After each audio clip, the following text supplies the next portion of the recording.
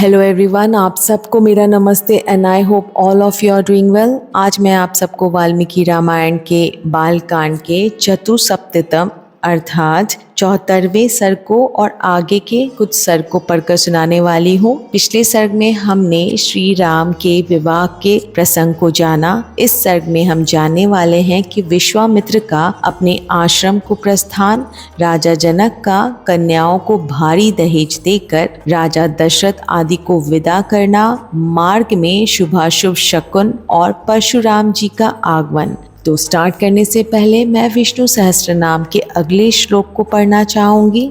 ओजस्ते ज्योद्युतिरः प्रकाशात्मा प्रतापनः ऋद्ध स्पष्टाक्षरः मंत्र चंद्रांशु भास्कर द्युति। अर्थात जो प्राणबल, शूरवीरता आदि गुणों को तथा ज्ञान के प्रकाश को धारण करने वाले हैं, प्रकाश रूप देह को धारण करने वाले हैं, सूर्य रूप से शिव को संतप्त करने वाले हैं, धर्म ज्ञान वैराग्य आदि से परिपूर्ण हैं, प्राण स्वरूप हैं, विचार करने पर जाने जा सकने वाले हैं, चंद्रांशु अर्थात चंद्रमा की किरणों के समान सुख को देने वाले हैं, सूर्य के सदृश कांति वाले हैं, ऐसे भगवान विष्णु हैं।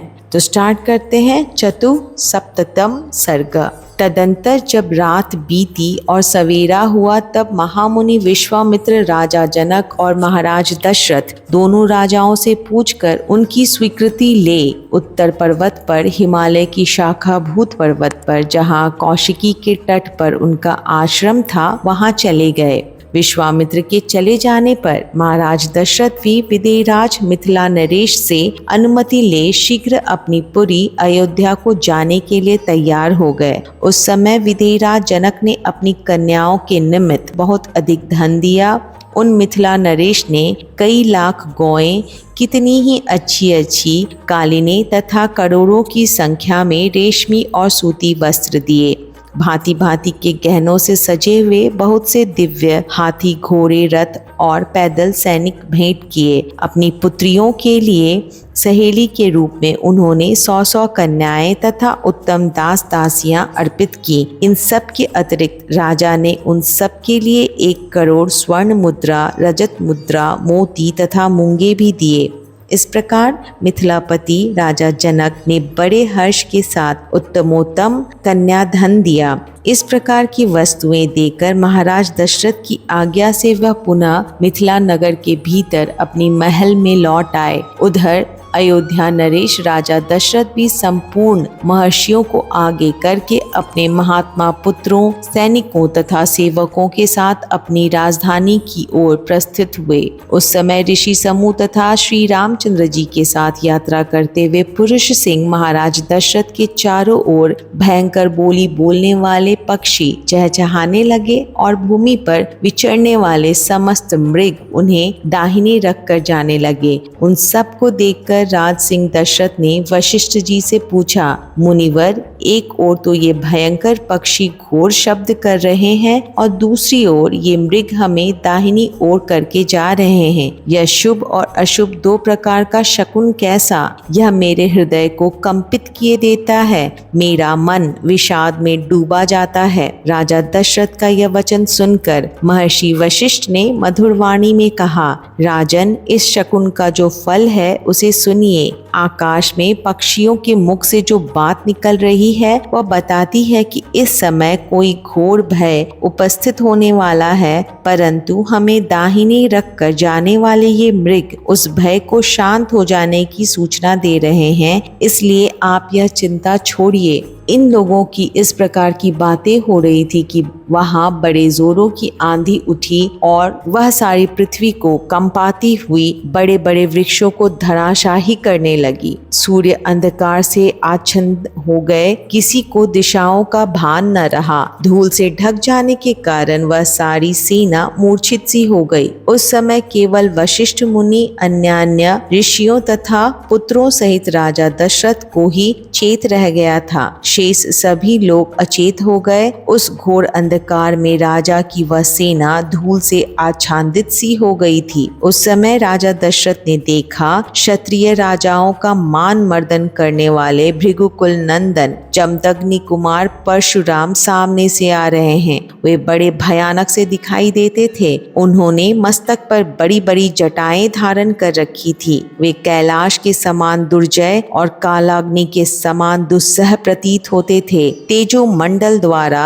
जाज्वल्यमान से हो रहे थे। साधारण लोगों के लिए उनकी ओर देखना भी कठिन था। वे कंधे पर फरसा रखे हुए और हाथ में विद्युत गणों के समान दीप्तिमान धनुष एवं भयंकर वाण लिए त्रिपुर विनाशक भगवान शिव के समान जान पड़ते थे। प्रज्वलित अग्नि के समान भयानक से प्रतीत होने वाले परशुराम को उपस्थित देख जप और होम में तत्पर रहने वाले वशिष्ठ आदि सभी ब्रह्मर्षि एकत्र हो परस्पर इस प्रकार बातें करने लगे। क्या अपने पिता के वध से अमर्ष से वशीभूत हो ये क्षत्रियों का संहार तो नहीं कर डालेंगे? पूर्व काल में क्षत्रियों का वध करके इन्होंने अपना क्रोध उतार लिया है। अब इनकी बदला लेने की चिंता दूर हो चुकी है। अतः फिर क्षत्रियों का संहार करना इनके लिए अभिष्ट नहीं, यह निश्चय पूर्वक कहा जा सकता है। ऐसा कहकर ऋषियों ने भयंकर दिखाई देने वाले भृगुनंदन परशुराम को अर्घ्य लेकर दिया और राम राम कहकर उनसे मधुर वाणी में बातचीत की। ऋषियों की दी हुई उस पूजा को स्वीकार करके प्रतापी जमदाग्नि पुत्र परशुराम ने दशरथ नंदन श्री राम से इस प्रकार कहा। इस प्रकार श्री वाल्मीकि निर्मित आश रामायण आदि काव्य के बालकांड में 74वां सर्ग पूरा हुआ। पंचसप्ततम सर्ग। राजा दशरथ की बात अनसुनी करके परशुराम का श्री राम को वैष्णव धनुष पर वाण चढ़ाने के लिए ललकारना।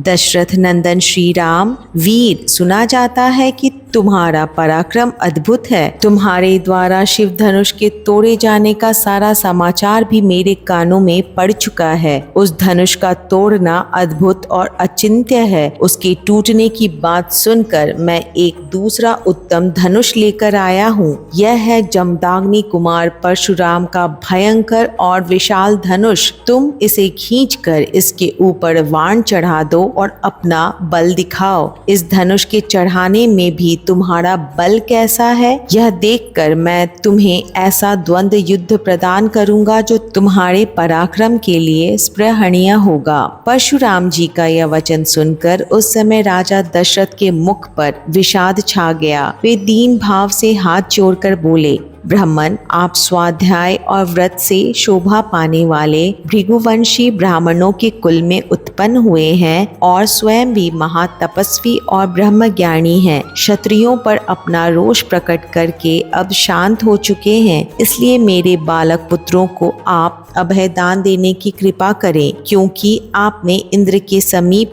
प्रतिज्ञा करके शस्त्र का परित्याग कर दिया है।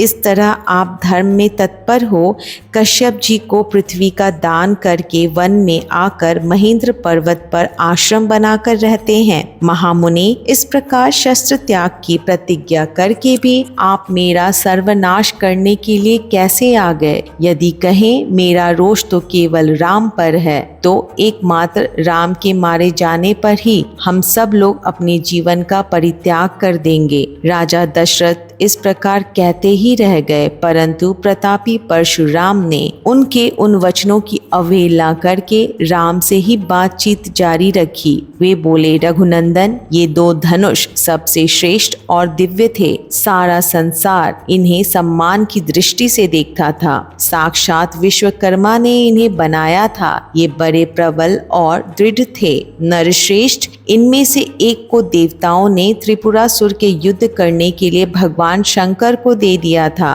ककुस्थ नंदन, जिससे त्रिपुर का नाश हुआ था, वह वही धनुष था जिसे तुमने तोड़ डाला है। और दूसरा दुर्धर्ष धनुष यह है जो मेरे हाथ में है। इस श्रेष्ठ देवताओं ने भगवान विष्णु को आदेश दिया था। श्री राम शत्रु नगरी पर विजय पाने वाला वही वह वैष्णव धनुष है। ककुस्थ नंदन, यह भी शिव जी के धनुष के समान ही प्रबल है। उन दिनों समस्त देवताओं ने भगवान शिव और विष्णु के बलाबल की परीक्षा के लिए पितामह ब्रह्मा जी से पूछा था, इन दोनों देवताओं में कौन अधिक बलशाली है। देवताओं ने इस अभिप्राय को जानकर सत्यवादियों में श्रेष्ठ पितामह ब्रह्मा जी ने उन दोनों देवताओं शिव और विष्णु में विरोध उत्पन्न कर दिया।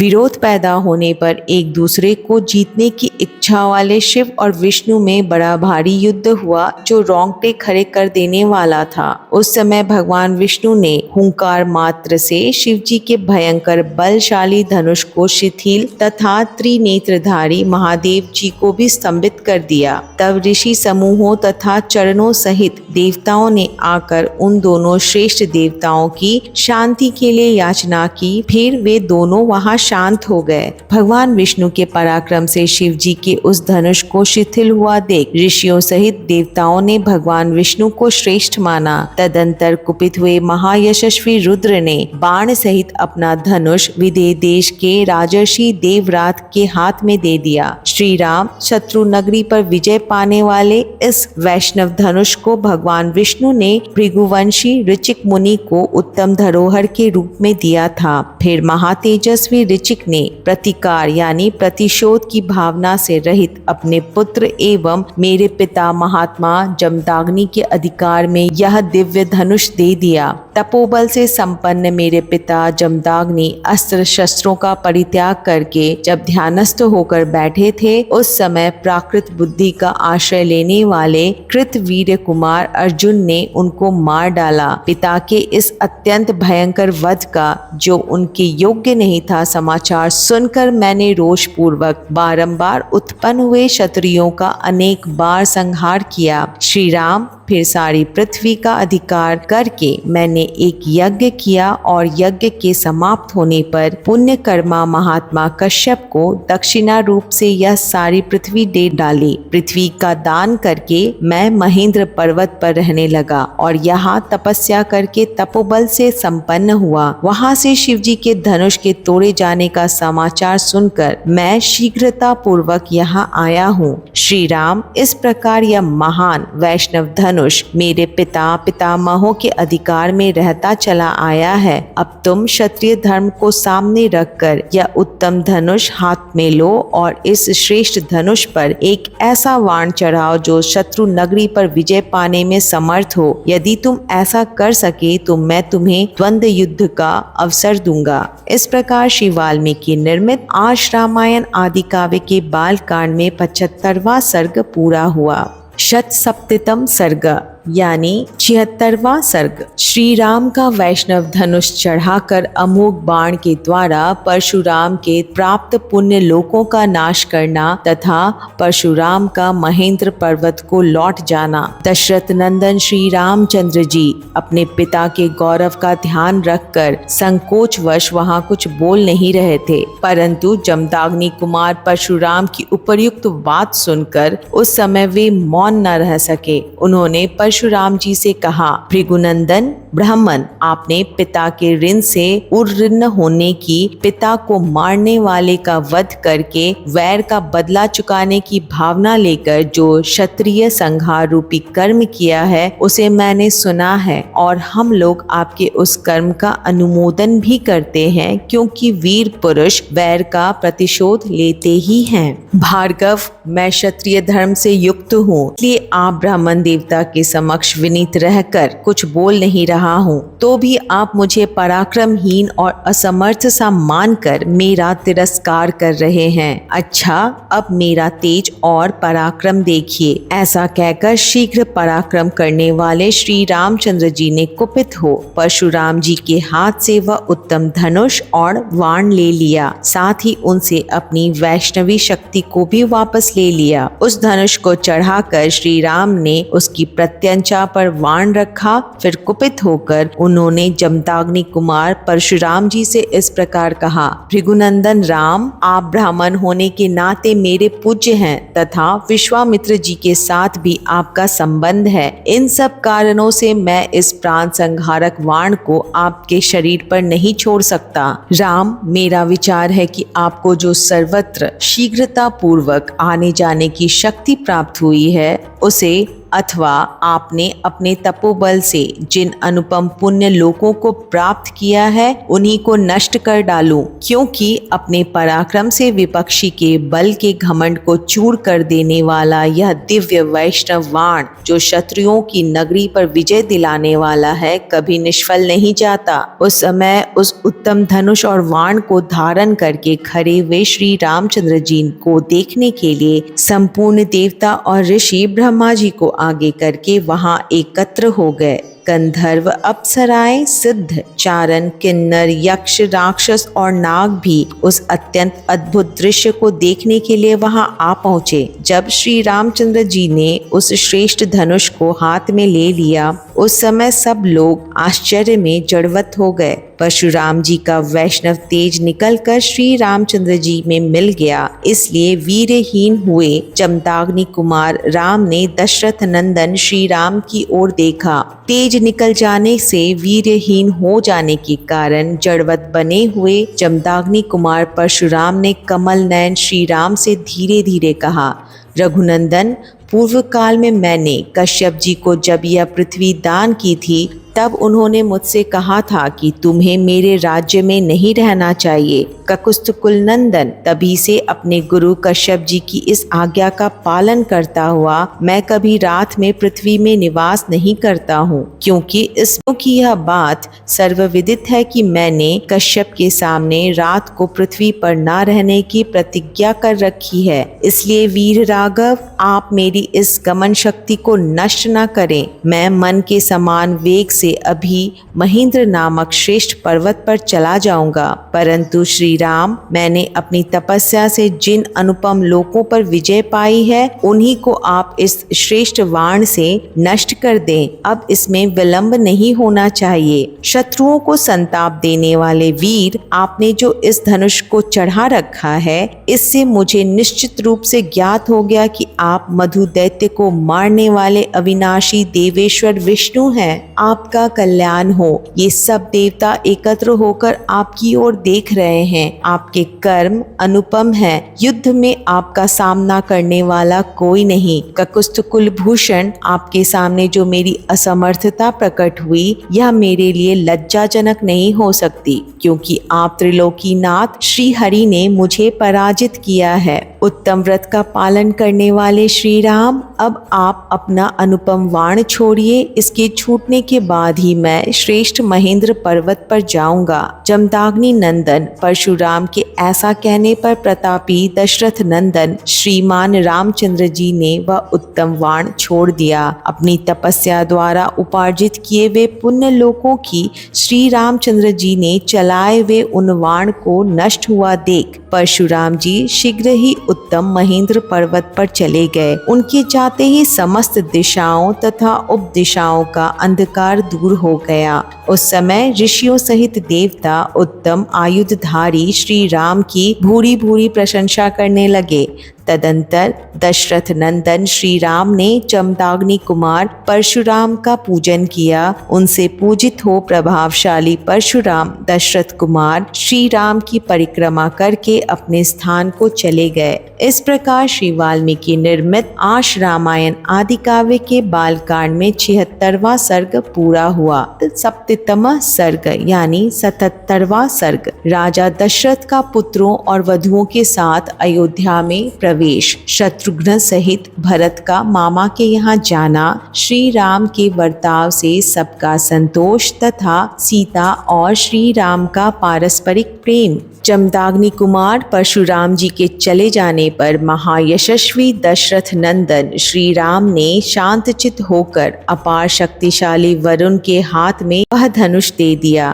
तत्पश्चात वशिष्ठ आदि ऋषियों को प्रणाम करके रघुनंदन श्री राम ने अपने पिता को विकल देखकर उनसे कहा, पिताजी, जमदाग्नि कुमार परशुराम चले गए। अब आपके अधिनायकत्व में सुरक्षित यह चतुरंगिनी सेना अयोध्या की ओर प्रस्थान करें। श्री राम का यह वचन सुनकर राजा दशरथ ने अपने पुत्र रघुनाथ जी को दोनों भुजाओं से खींचकर छाती से लगा लिया और उनका मस्तक सूंघा। परशुराम जी चले गए। यह सुनकर राजा दशरथ को बड़ा हर्ष हुआ। वे आनंद मग्न हो गए। उस समय उन्होंने अपना और अपने पुत्र का पुनर्जन्म हुआ माना। तदंतर उन्होंने सेना को नगर की ओर कूच करने की आज्ञा दी और वहां से चलकर बड़ी शीघ्रता के साथ वे अयोध्यापुरी में जा पहुंचे। उस समय उस पुरी में सब ओर ध्वजा पताकाएं फहरा रही थी। सजावट से नगर की रमणीयता बढ़ गई थी। भांति भांति के वाद्यों की ध्वनि से सारी अयोध्या गूंज उठी। सड़कों पर जल का छिड़काव हुआ, जिससे पुरी की सुरम्य शोभा बढ़ गई थी। यत्र तत्र ढेर के ढेर फूल बिखरे हुए थे। पूर्वासी मनुष्य हाथों में मांगलिक वस्तुएं लेकर राजा के प्रवेश मार्ग पर प्रसन्न मुख होकर खड़े थे। इन सब से भरी पुरी तथा भारी जन समुदाय से अलंकृत हुई अयोध्यापुरी में राजा ने प्रवेश किया। नागरिकों तथा पूर्वासी ब्राह्मणों ने दूर तक आगे जाकर महाराज की अगवानी की थी। अपने कांतिमान पुत्रों के साथ महायशस्वी श्रीमान राजा दशरथ ने अपने प्रिय राजभवन में, जो हिमालय के समान सुंदर एवं गगनचुंबी था, प्रवेश किया। राजमहल में स्वजनों द्वारा मनोवांछित वस्तुओं से परम पूजित हो राजा दशरथ ने बड़े आनंद का अनुभव किया। महारानी कौशल्या, सुमित्रा, सुंदर कटी प्रदेश वाली केकई तथा जो अन्य राजपत्नियां थी, वे सब बहुओं को उतारने के कार्य में जुट गईं। तदंतर राज परिवार की उन स्त्रियों ने परम सौभाग्यवती सीता, यशस्विनी उर्मिला, कुशध्वज की दोनों कन्याओं मांडवी और श्रुतकीर्ति को सवारी से उतारा और मंगल गीत गाती हुई सब वधुओं को घर में ले आई। वे प्रवेश कालिक होम कर्म से सुशोभित तथा रेशमी साड़ियों से अलंकृत थीं। उन सब ने देव मंदिरों में ले जाकर उन बहुओं से देवताओं का पूजन करवाया। तदंतर नववधु के रूप में आई हुई उन सभी राजकुमारियों ने वंदनीय सास ससुर आदि के चरणों में प्रणाम किया और अपने अपने पति के साथ एकांत में रहकर वे सब की सब बड़े आनंद से समय व्यतीत करने लगी। श्री राम आदि पुरुष श्रेष्ठ चारों भाई अस्त्र विद्या में निपुण और विवाहित होकर धन और मित्रों के साथ रहते हुए पिता की सेवा करने लगे। कुछ काल के बाद रघुकुल नंदन राजा दशरथ ने अपने पुत्र केकई कुमार भरत से कहा, बेटा, ये तुम्हारे मामा केकई राजकुमार वीर युधाजित तुम्हें लेने के लिए आए हैं और कई दिनों से यहाँ ठहरे हुए हैं। दशरथ जी की यह बात सुनकर केकई कुमार भरत ने उस समय शत्रुघ्न के साथ मामा के यहाँ जाने का विचार किया। वे नरश्रेष्ठ शूरवीर भरत अपने पिता राजा दशरथ अनायास ही महान कर्म करने वाले श्री राम तथा सभी माताओं से पूछकर उनकी आज्ञा ले शत्रुघ्न सहित वहां से चल दिए। शत्रुघ्न सहित भरत को साथ लेकर वीर युधाजित ने बड़े हर्ष के साथ अपने नगर में प्रवेश किया। इससे उनके पिता को बड़ा संतोष हुआ। भरत के चले जाने पर महाबली श्री राम लक्ष्मण उन दिनों अपने देवोपम पिता की सेवा पूजा में संलग्न रहे। पिता की आज्ञा शिरोधार्य करके वे नगर वासियों के सब काम देखने तथा उनके समस्त प्रिय तथा हितकर कार्य करने लगे। वे अपने को बड़े संयम में रखते थे और समय समय पर माताओं के लिए उनके आवश्यक कार्य पूर्ण करके गुरुजनों की भारी से भारी कार्यों की भी सिद्धि करने का ध्यान रखते थे। उनके इस वर्ताव से राजा दशरथ वेद वेदता ब्राह्मण तथा वैश्य वर्ग बड़े प्रसन्न रहते थे। श्री राम के उत्तम शील और सद्व्यवहार से उस राज्य के भीतर निवास करने वाले सभी मनुष्य बहुत संतुष्ट रहते थे। राजा के उन 4 पुत्रों में सत्य पराक्रमी श्री राम ही लोक में अत्यंत यशस्वी तथा महान गुणवान हुए। ठीक उसी तरह जैसे समस्त भूतों में स्वयंभू ब्रह्मा ही अत्यंत यशस्वी और महान गुणवान हैं। श्री रामचंद्र जी सदा सीता जी के हृदय मंदिर में विराजमान रहते थे तथा मनस्वी श्री राम का मन भी सीता में ही लगा रहता था। श्री राम ने सीता के साथ अनेक ऋतुओं तक विहार किया। सीता श्री राम को बहुत ही प्रिय थी क्योंकि वे अपने पिता राजा जनक द्वारा श्री राम के हाथ में पत्नी रूप में समर्पित की गई थी। सीता के पातिव्रत्य आदि गुण से तथा उनके सौंदर्य गुण से भी श्री राम का उनके प्रति अधिकाधिक प्रेम बढ़ता रहता था। इसी प्रकार सीता के हृदय में भी उनके पति श्री राम अपने गुण और सौंदर्य के कारण द्विगुण प्रीति पात्र बनकर रहते थे।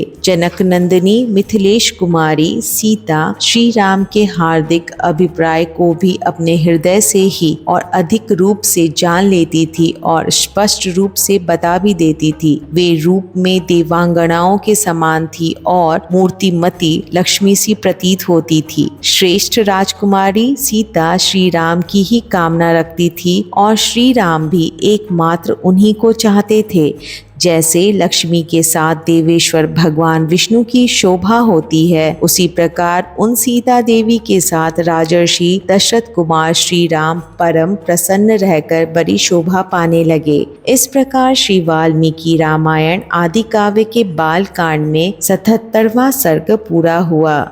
जय श्री राम। अतः बाल कांडम संपूर्णम।